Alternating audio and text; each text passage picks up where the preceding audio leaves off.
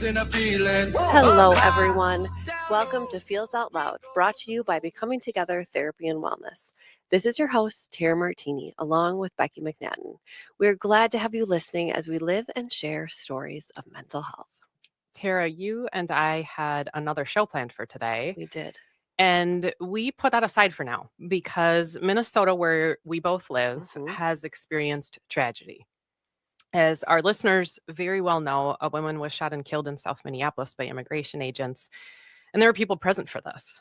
It was recorded from many different angles. Videos have been circulated on news outlets, social media, really everywhere. And the impact of this event is probably beyond our sense of understanding right this moment. With this immediacy, you and I as therapists had our own feelings about it that we were feeling and experiencing. We had clients who shared intense emotions, and we all have been immersed in the collective experience. And our show is about mental wellness and is literally called Feels Out Loud.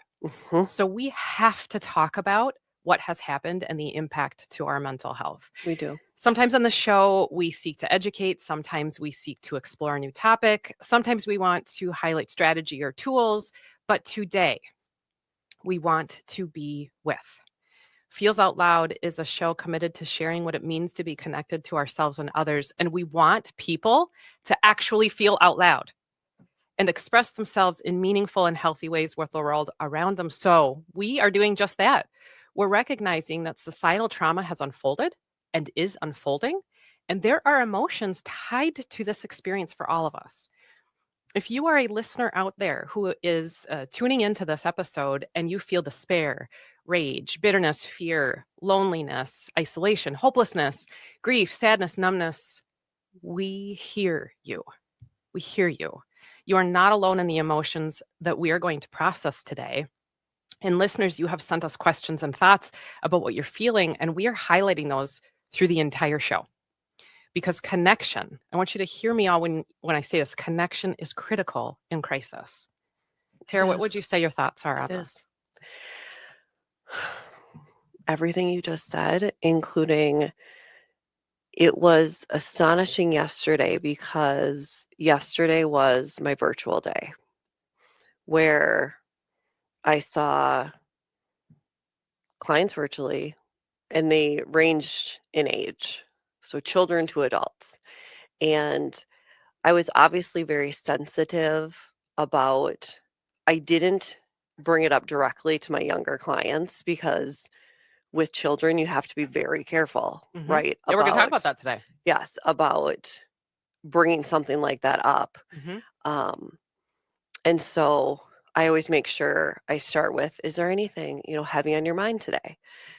Just to see what they come up with. And fascinating, and we know fascinating, you can say that when you also have a negative connotation around it. Fascinating how even the smallest of children were impacted, by it. And how they also responded in a very black and white way of, yes, I'm feeling happy today. There was a woman who was murdered. Another one, would say there was a woman that was shot. And then describing their emotions around it. My biggest takeaway from yesterday was I was so astonished and dumbfounded that this was their world. They're children. Yeah. Younger than 18. Right? Right. Sadly, I have grown accustomed to talking about this with our adult clients and our coworkers and family and friends.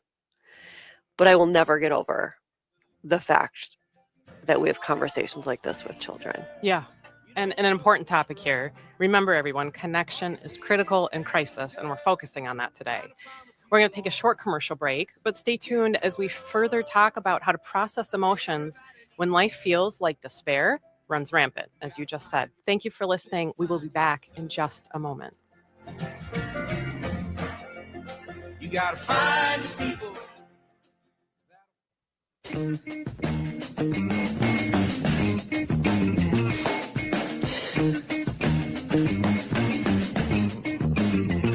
Express yourself. Welcome back to Feels Out Loud, brought to you by Becoming Together Therapy and Wellness.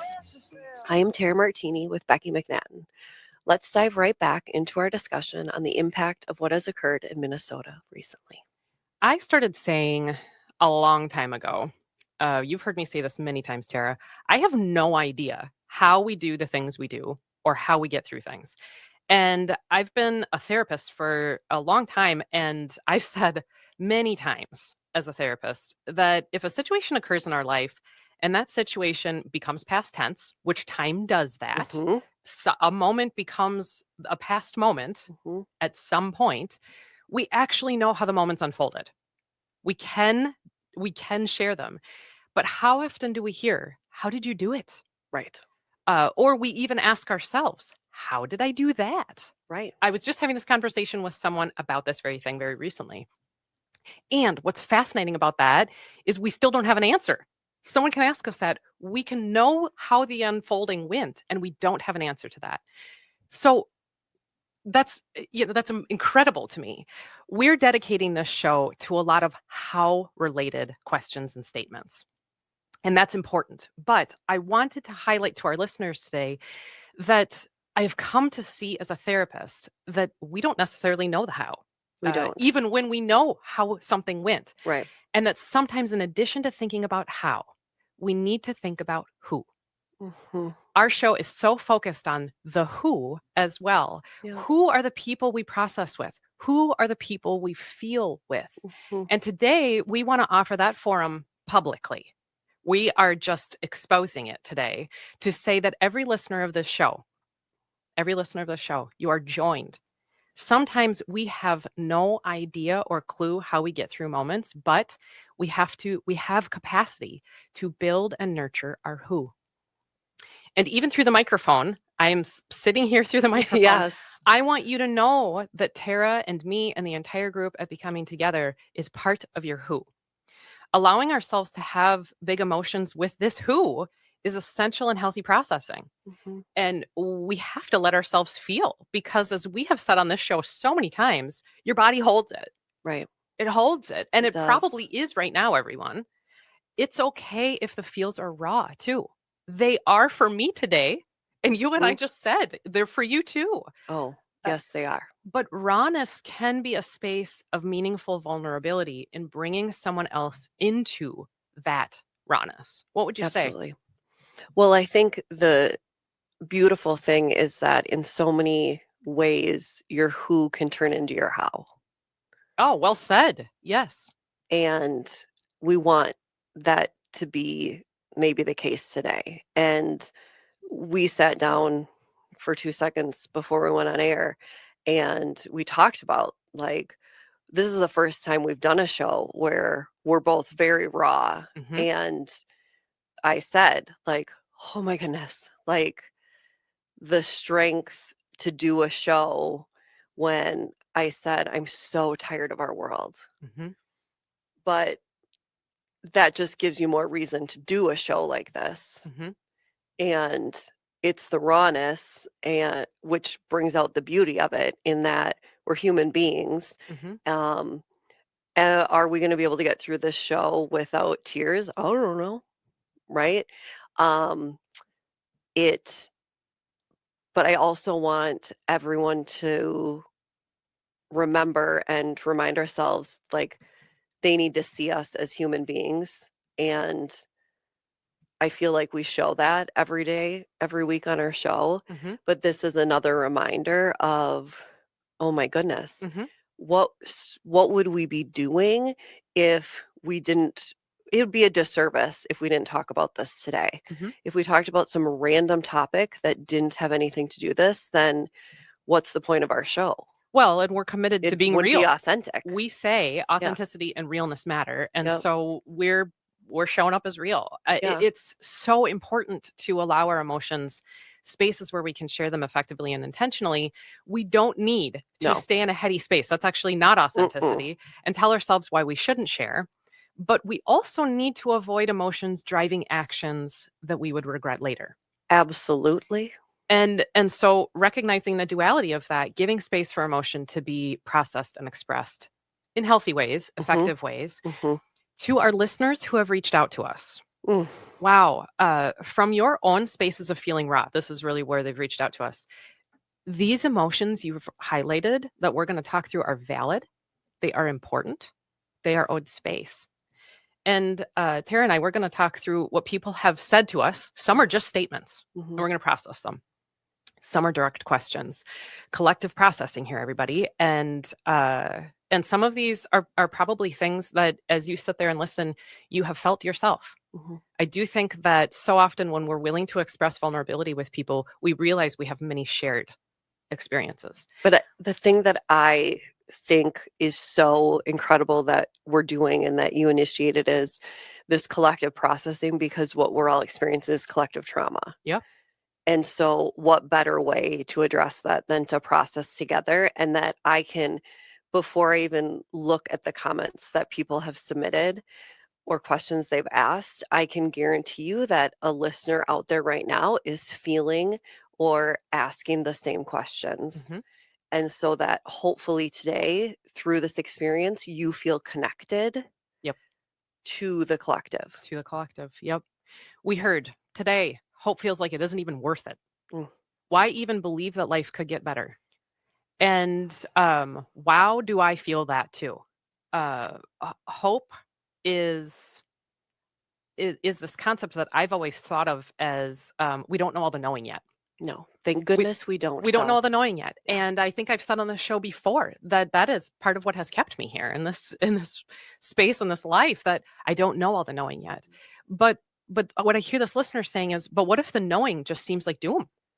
What if hope about I might know more is something else I don't even want to know? And hopelessness is heavy. Thoughts? Hopelessness is the heaviest thing in the world. And to their question of why even believe that life could get better, we've said this numerous times on our show, and thank goodness this is a fact, that everything is temporary. So why even believe that life could get better? Well, we know everything's temporary. So this hopelessness that you feel is temporary. And please trust us when we say, you will not feel that way forever. You will not feel hopelessness forever. Life will get better. Yeah. Change. It will change. It will change. This moment will not stay the same moment, which sometimes in that, and this leads to another comment we got, that we feel like the moment we're in will be forever. And we do have to have that innate trust that it won't. It won't be. Someone else said, I am devastated and I want to simultaneously rage against the world and curl in a ball. Don't we all? And I thought this was so beautifully put, because it speaks to exhaustion. You said, I'm so sick of our world. You said that a minute ago.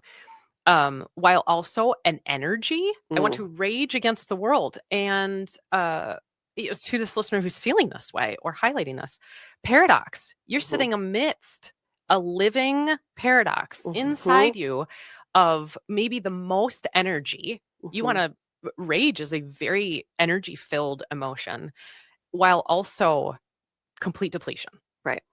And rage also, I think, as you said, is that, active thing in your body, which also, in my mind, when you're feeling rage, you want to actively engage in something. Yeah. That action behind it. Where when you want to just disappear and curl in a ball, that's that inactive state. Good point. Where I just want to disappear and I don't want to do anything. So it's also looking at, when we talk later in the show, is when you're feeling that rage, when you're feeling that anger, is I want to act on that. Well, how can we act on that in a healthy way? Because that is where, when it comes to anger and those things, and we talk about it as a secondary emotion, what can we do about it? And we'll get to that. Well, let's go there. Well, let's do that. Someone right said, now. I am angry. All caps. This was all caps. I am angry. I am so angry. I can't even see straight. I'm so mad. I don't blame you. And I resonate with this so much. I will share personally. I got in my car. I parked in a parking lot. I turned on my most rage-filled song. I said this to you. Mhm. What I call rage belting Mhm. this song, and I like kind of spewed my thoughts and emotions. Mhm. One, because when we talk about how to express it in ways that are healthy to a person, sometimes we have people in our world that are safe to just hear it, Mhm. or can tolerate that. Sometimes that may be hurtful for someone Mhm. to bear witness to. So I just gave myself the space. I gave myself an opportunity to kind of be seen or validated in music, which is a thing for me, a Mhm. tool for me, and I let it out. Yep. So in my first thought in this for the person who says, I am so angry, let yourself be angry. Mhm. Validate that. Validate it. Don't hold it in. Don't hold it in. There could be spaces like a person who you say, can I talk to you? Mhm. Can I even like just spew or Mhm. purge something? Can I Um, yell? can I yell? But we don't have to do it. You and I've talked about this on the Yep. show. We don't have to do it with someone Right. to let the emotion out. Mhm. And I think you bring up such an important part is that when people say, well, how do I do that in a healthy way? Think about what works for you. Hmm. Becky, you are a lover of music. You've talked about it several times in the show how you have morning dance parties in your Yep. car, or you will send our team, a song to play for the day. Yep. Music is your thing. Yep. So, what did you do when you were feeling anger? You went and played a rageful song and you let it out. Yep. So, let's say you are an athlete and you play baseball. You are feeling that anger. Go to a batting cage or go in your backyard or whatever it is. Release that anger through your body Hmm. by going and hitting some balls, Hmm. right? Um, take your thing, whatever that is, Yeah. and go for it. Yep. You're a singer, go belt out Yep. some words. Yep. Whatever those things are. You're an artist. I do this with clients all the time is you'll create pieces of art and it doesn't have to be this delicate, beautiful little thing, Hmm. right? Splash some paint on the thing or grind that pencil or marker into that paper. Hmm. The key that you'll notice that we're talking about this universal is releasing Right. that anger through your body because this is a somatic thing. Yep. And it's a way of the goal here isn't to not feel anger. The Right. goal is Feel to give it. anger a space. Yes. And I want to be intentional about saying that out loud because so often we think we need to get rid of anger. Mhm. When I think in actuality, we need to respond to it that it matters. Mhm. It makes sense. If you're angry right now, that emotion makes sense to me. I am too. Yep. So let's give it like a proper outlet to be expressed. And I love how you highlight default to whatever your thing is already. You maybe know. If you're an exerciser, that might be your thing. If you're a talker, that might be your thing. Mhm. But go to what your strategies already are for whenever you're processing something, and use it with an intention then to say, I'm going to give anger a space. It's fascinating you bring this up because when we got notice of changing up the show for today, and I was at the vet, and I was quickly researching, and I was looking at, because I'm drawn to history, so I was looking at past like collective trauma and things like that. And one thing when I was teaching historical things as a teacher, I had always been drawn to the posters and the signs that are popular nowadays where it was like, keep calm and carry on. Mm-hmm. Okay. Yeah. I always thought that was a good thing, right? Mm-hmm. Well, then I'm looking today as I'm researching for this very quickly. Um, I looked at it and the article popped up about how that was such a negative thing Mm. that was promoted in that time period because collective trauma due to the war, they were saying just keep calm and carry on. Mm. And it just hit me. Mm. It was telling everyone, don't feel your feels. Yeah. Just stay calm. Keep moving. No one said to them, be angry. Yeah. Feel your feels. Mm-hmm. So no wonder we had all these people suffering Mhm. and there was nowhere for them to go That's with a their really good point, feelings. because part of what we're talking about this on the show, when we feel out loud, that doesn't mean only verbally. Mhm. So when you and I are talking about feel and then insert any emotion into the blank there, feel blank out loud, that means let it have space. Mhm. It could be Honor it. it could be writing about it. It could Yep. be actually in silence. Yep. But you are expressing it and giving it an opportunity to be named and then to be known by Mhm. you. We had someone who said, I've been super silent with everyone in my life, almost like I've tuned everyone out. Is that okay? Well, of course, Tara and I are going to say to this listener, is that okay? Yes. Yes. However you are is okay. That's unconditional Mhm. regard for however you're showing up. My question back to this person, if they're feeling like this, is does that resonate with what you might need? Mhm. First, let the moment be the moment. You've been silent and you've tuned everyone out. Sometimes we do have to disconnect, Mhm. and that's important. Is that what processing is for you? Right. Would be a question. Yep. It's the difference between, are you isolating? Are you silent because you're processing?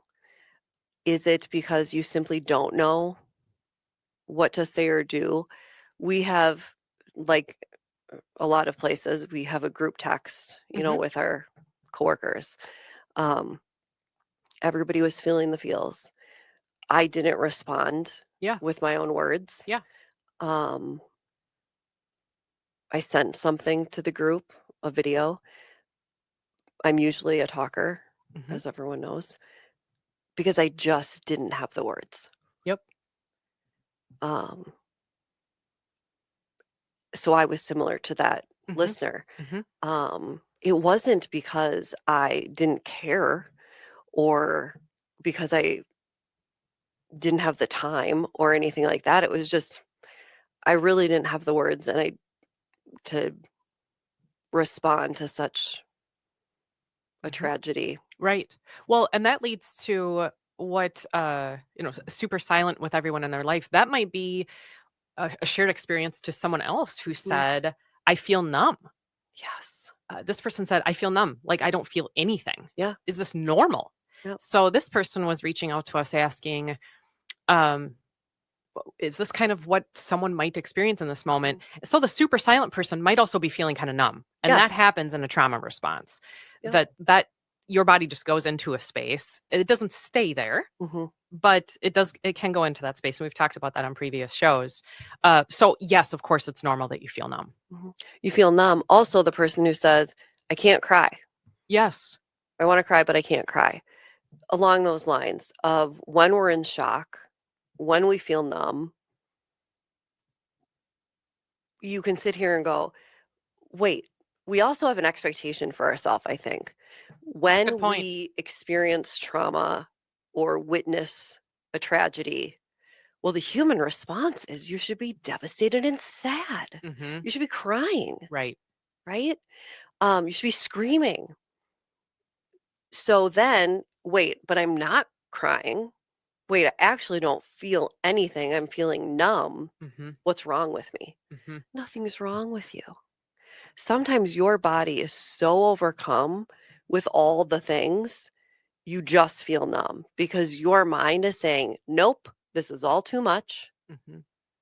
We're just going to feel numb right now Hmm. because we can't do all the things right now. Right. It's this responding to ourselves with a kindness and compassion, Yeah. that whatever expectations we ascribe are expectations we ascribed, and Yep. and be nice to us about that too. But here's where we are, Mhm.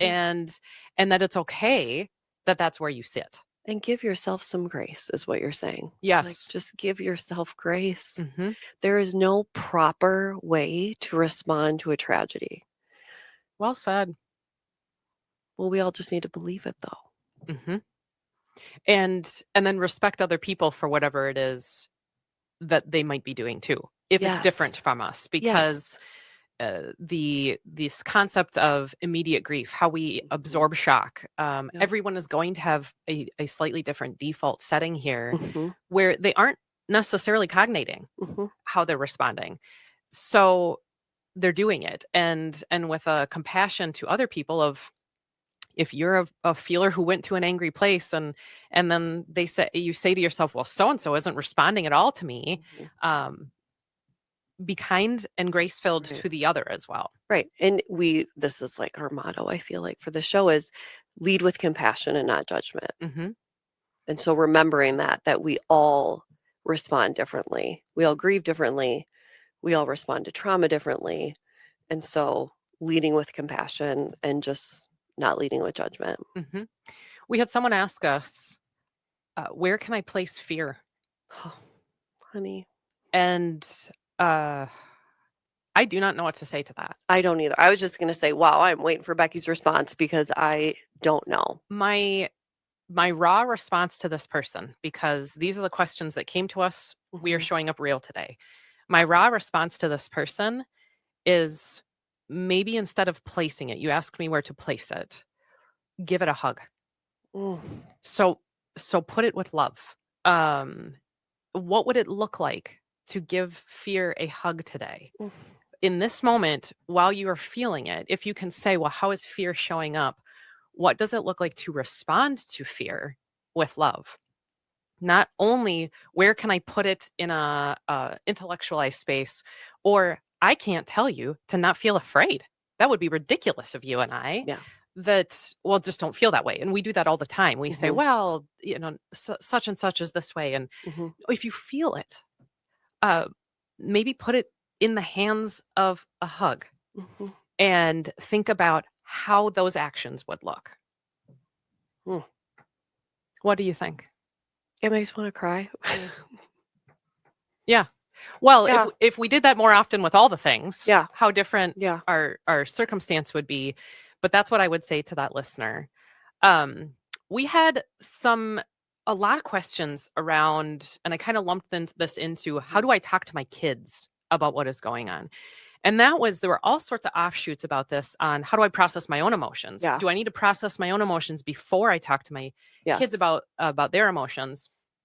And all sorts of things that I first want to back up before that and say to our listeners that we want to, in spaces of helplessness, we want to move into action a lot. We want to say, 100%. What do I need to do?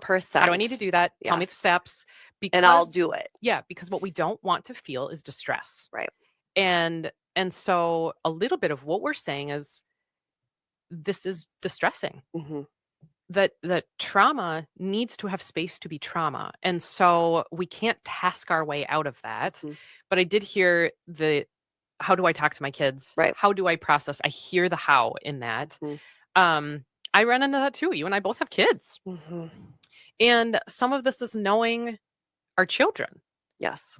And often you and I have talked about, well, we have to be regulated in order to hold someone else's dysregulation, or at least recognize our own dysregulation. For sure. Anytime that you're dealing with children, if that, I would say, is one of the biggest tips you can give any parent or adult, is we need to be regulated, or at least pretend, fake it till you make it. So I would say avoiding superlatives, that kids are so wise. They're incredibly wise and very attuned. So things like life will be okay, or those don't necessarily mean anything. Well, because they open their phone or they turn on the TV and they see that life is not okay. This is not a time to fib or create a utopia for your child. This is a time to be real and honest. But one developmentally appropriate, obviously. Yeah, one thought that I have is also helping your kid figure out what is their default thing that helps them process emotion. Yes. That helps them identify emotion. Yep. So as a parent, in saying, how are you feeling? How are you feeling? What questions do you have? Let them and help them identify, what are those spaces for them? Is it music for them? Is it journaling for them? You talk about art projects. Is it that for them? And then give them that outlet to think about what they're and feel what they're feeling. Well, and I always say too, first, before you even do any of that, ask your child, well, what do you know? Mhm. Right? Because their narrative or their perspective, you have no idea what they're coming with Mhm. to you. It's also important because you don't want to give them too much information, right? Because you do have to be sensitive about their age. Mhm. And so first be curious. Mhm. Like, well, what do you know about the situation? Or what do you know about the state of everything right now? Mhm. Find out what they know. It also empowers them a little bit, like, whoa, they're seeking information from me. Yep. And so find out what they know. And then that you can choose your path from there Mhm. as far as like, whoa, they're very informed, or, oh, this is all opinion based. That's very different than if they know a ton of facts. Right. And of course, because we're therapists, Yeah. we would probably say focus on process and not content. Exactly. So focus on what is it like to hear the information you're hearing? How Mhm. does that feel to hear the information you're And you're where hearing? they're hearing it from. Yeah, what's it like to see an image? What does that make you Yep. feel in your body? Yep. And where do you feel that in their Where? body? Yep. So rather than how do I talk to my kids about content, would love if part of the discussion is also how am I absorbing it? Yep. That's process. And doing that for ourselves too, thinking about what is it like for me? Mhm. What is it like for me? If you write that down, if you say it out loud to someone else, if that's the question you ask another person in being curious about their processing, that it isn't only about sharing what is occurring. Mhm. It's about sharing the impact of what's The occurring. experience. And going off of what Becky just said is, so where are you feeling it? Okay, what are you feeling? And also think about the intensity. Like, you want to know if your kid is like, oh, like a 1 out of 10. Like, 1 is just like, I hear this. Oh, yeah, that's a bummer. Mhm. To 10, oh my gosh, like they can barely function, Mhm. right? Kind of gauge where they're at. Ask them, right? On a scale of 1 to 10, and you're experiencing this in your body, where are you at, sweetie, with this? Yeah. Because that's important too, to help you know like what path you're going to take when helping your kiddo process this. Right. Beautiful. Like that's insight. That's Mhm. self-awareness. We had someone ask us, is it better to wait until I understand my emotions to share them? And this was a really Such a good thoughtful point. question Yeah. because sometimes the answer is yes. Mhm. Sometimes is if I understand what I'm feeling, I can ask someone Mhm. assertively for what I need. I can reflect maybe more accurately what's going on for me. But is it better? No. I do think that there is space for both. Yeah. And in the moment of where we sit right now, it's okay to not understand your emotions. Mhm. And sometimes they can't be understood. That brings us back to I don't Yes. know how I got through that. Yep. Sometimes we actually have to suspend understanding Mhm. and say, I'm just going to be in them. They don't have to make sense. Right. The There are fact that some they don't things make that sense. won't. There's some Yes. things that will never. There are things, and I've said this before, I believe on the show we've discussed it. I said in a text to someone last night, I don't understand how human beings can do this to other human beings.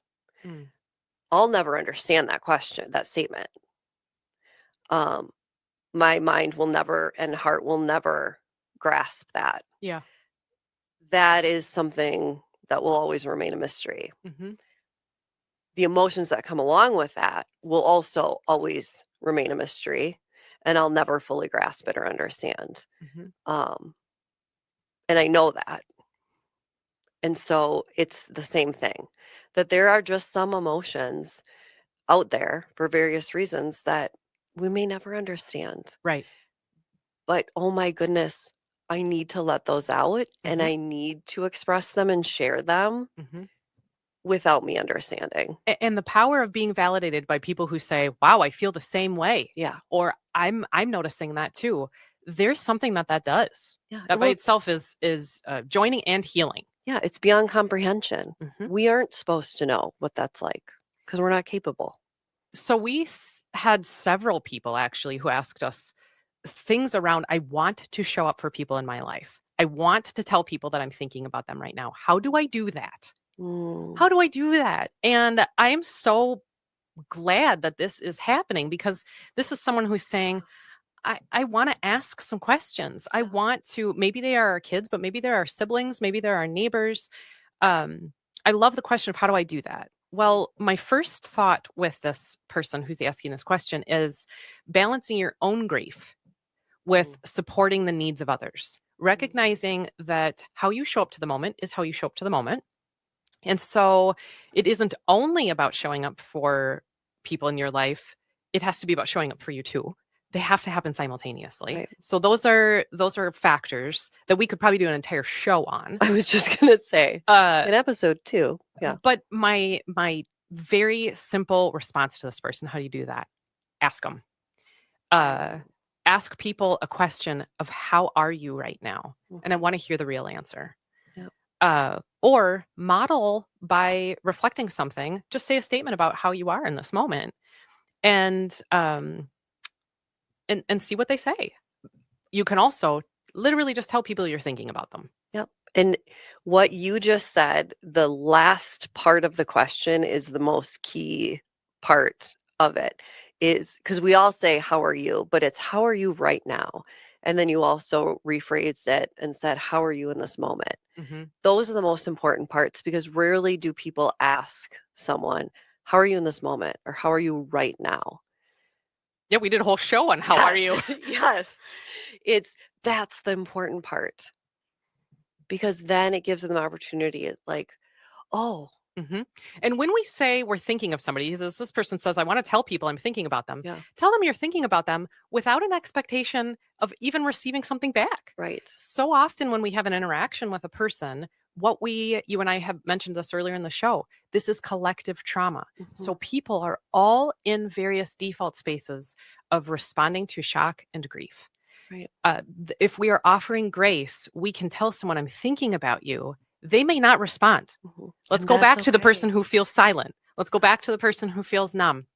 Let's go back to the person who feels anger and they say, I'm so angry right now. If I respond to you, I'm going to say something that I don't want to, or that I'll regret later. So don't have to, or try to hold any expectation of what you might receive back from someone when you say that you're thinking about them. If you want to show up for people, show up, and then let it be. And if you don't have the capacity to show up for others, that's okay too. That's okay too. That's part of when we talk about balancing our own grief with supporting needs of others.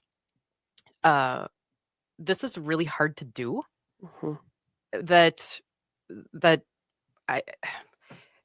being aware of ourselves in the moment while we're also getting called to action. We feel the anger rage against the world and curling up in a ball at the same time. It's that same paradoxical experience of, I want to show up for other people and I need to recognize what's going on for me. And if I don't know what that is, but that really is important. And how we balance that, for some people, they'll go into action first and they're like, I just got to focus on me later. Right. Okay, that's fine. Some people have to retreat very internally, unplug, distance themselves from the world. And that's how they balance that. But the fact that they're thinking about it, putting an intention to it and understanding and knowing, oh, I need to balance this. I need to balance this. Yep. So important. We've had people ask us, things about, what if I don't have safe people in my life to talk to?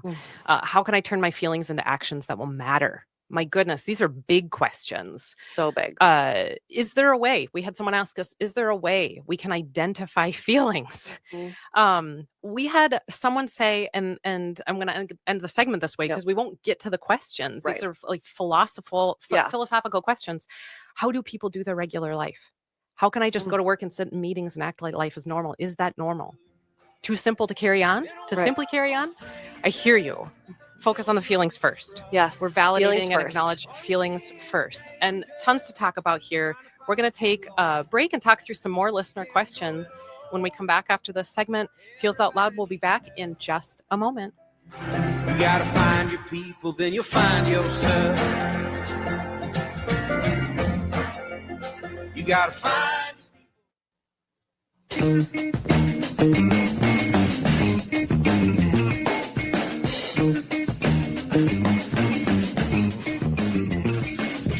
yourself.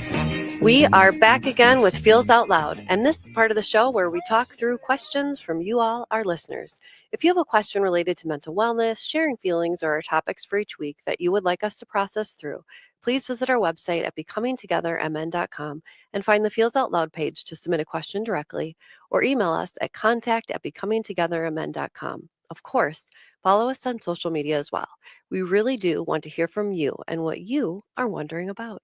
And thank you to the listeners. We talked about this in the last segment too, who have reached out to us. We wanted to focus this short part of the show on a specific type of question, on action. Yes. For those who are feeling like there is an energy behind doing something. Mm-hmm. And I've heard a lot about this in the last couple of days. I don't mean only social activism here, although props to anybody who's doing that. I mean emotional activism. I'm like coining my own term here. I was just going to say, we may have listeners going, what is that? Emotional activism. When we all are feeling intense emotion, how can we show up for one another? This is a collective experience. How can we show up for one another? And we had someone ask us, what can I do to create spaces for people, including myself, to be vulnerable and express emotion? That is emotional activism, everyone. So if you want to join in an action, that is a space of control you have. How to show up for expressing and processing emotion. What would you say, Tara? Well, I think we in our job, this is what we do every day. Mm-hmm. And so it is thinking outside of that if you are sitting there and you have, you are a sister, wife, aunt, friend, whatever you are. It is, okay, how can I naturally show up for my people, Mm-hmm. right? And what is one thing I can do? It's overwhelming, right? Because you wear all these hats. So break it down, right? Mm-hmm. To each hat Good you point. have, right? So I am a sister. So what can I do for my siblings to show emotional activism? Mm-hmm. Then it's less daunting because what you're going to do for each facet or hat that you wear is going to be different. Mm-hmm. And then just take it one at a time. And you don't have to do this all in one day. Right. Well, I love what you're saying. And it's going to look perhaps a little unique to the roles you have in your life. Mm-hmm. And we all have lots of roles. You Mm-hmm. talk about this as hats. So then that almost deems the action. If you Mm-hmm. think about the role first, you think Yep. about, how do I know that relationship? Mm-hmm. What is that relationship like? Do I already do some things in that relationship? And in terms of creating space to be vulnerable, one of my thoughts is, well, ask a question. Mm-hmm. Ask someone from a space of true authenticity Mhm. that you want to know the answer as well. And then don't speak. Yes. Don't turn the situation into something that's occurred for you Mhm. immediately, because then we've shifted. If we create spaces of vulnerability by being good listeners, by practicing what that real, raw listening looks like. So if someone trusts that they can show up with an emotion to you, they will share with you. Mm-hmm. But that takes time. As you said, this doesn't happen necessarily in one day. We don't all of a sudden say, well, I created a Right. safe space for everyone to feel vulnerable in my life. No, this is a process. But I love the idea of this person saying, this is a spot of control that I do have. It brings us back to the very start of the show when we say, we maybe don't know how, but we do know who. Mm-hmm. Or we have at least a space of responsibility to cultivate and nurture our who. So I can do this for the world around me. Right. There's a lot I can't do. I am very helpless, which is what leads to the hopelessness and the anger and the despair. Which is what a lot of people are feeling right now. Yes. So we can practice listening. We can ask a question about how someone might be doing. And then, as you said, think about in that role how we're already showing up for them, Mm-hmm. and do more of that. Yep. Do more. We're at the end of our show already for today. Thank you for listening and joining us this morning, everyone, as we process this topic. And join us next week. But before that, in the week ahead, be kind to yourself. You have a lot going on. Remember that connection fosters wellness, and your voice is one the world around you needs to hear. Share yourselves, friends. Some don't, some will.